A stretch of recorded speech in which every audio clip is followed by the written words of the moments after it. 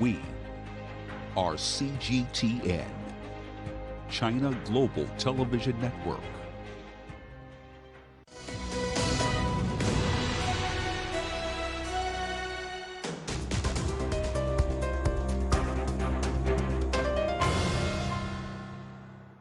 Football executives from all over the world are meeting in Portugal. SoccerX is the forum for discussing how to sell a sport that's become both tribal and global. Now, young fans are a crucial and very lucrative market for clubs and leagues. As polarization increases in many parts of the world, some fans are increasingly mixing politics with sport. And that's where it starts to get complicated, as AUnitedFront explains. DC United! It may be only a midweek friendly match, but DC United's most hardcore fans won't ease up on the tempo against their opponents, Mexico's Club Puebla.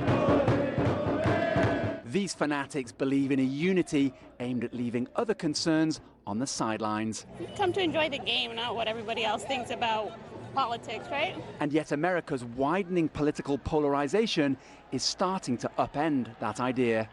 Some Portland Timbers fans have been handed temporary bans for flying an anti-fascist symbol challenging far-right movements emboldened by the Trump presidency. That's because the insignia breached Major League Soccer's revised code of conduct, effectively banning fans from using political language and gestures, adding to established rules against racist, homophobic, xenophobic or sexist behavior.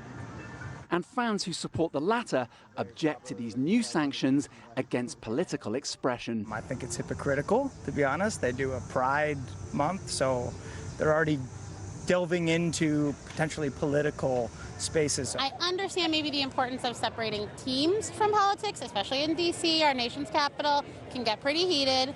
To me, I think fans can do what they want. Soccer is a world game, so no racism, no nationalism.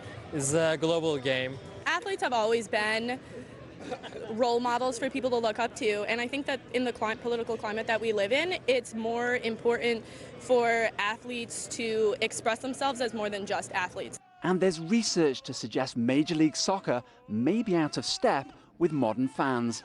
A new report by soccer media company Copa 90 found that 82% of young US fans felt their clubs should do more and be more outspoken about political and social issues. And that number was far higher than for fans in Brazil, China, and the UK. But if the supporters feel stifled, some athletes don't. Megan Rapinoe has become a global icon, as much for the skills that contributed to a record 4th Women's World Cup as her criticism of President Trump and demand for equal pay. Owen Fairclough, CGTN, Washington. And that Copa 90 report into the mindset of young fans that Owen mentioned is one of the discussion points at the SoccerX convention. It looks at what motivates supporters from China as well as Brazil, the UK and the US. And Owen spoke to James Kirkham from Copa 90 and asked him what surprised him most about the findings.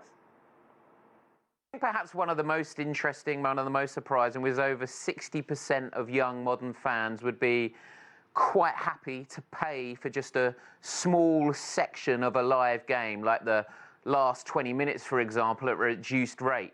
I think it's particularly interesting where everyone's sort of scrapping over rights, where rights are hugely valuable for so many, and that's often enough. Now, I'm not saying that's great. I think it's a continued threat, actually, to the 90-minute product. I read your report and thought, if I was a marketing executive at a football club, I'm not sure whether I'd panic or rejoice at this kind of diversification. And you're essentially talking about football clubs now having to compete for attention because fans are plugged into just so many leagues and clubs and indeed national teams around the world. Absolutely.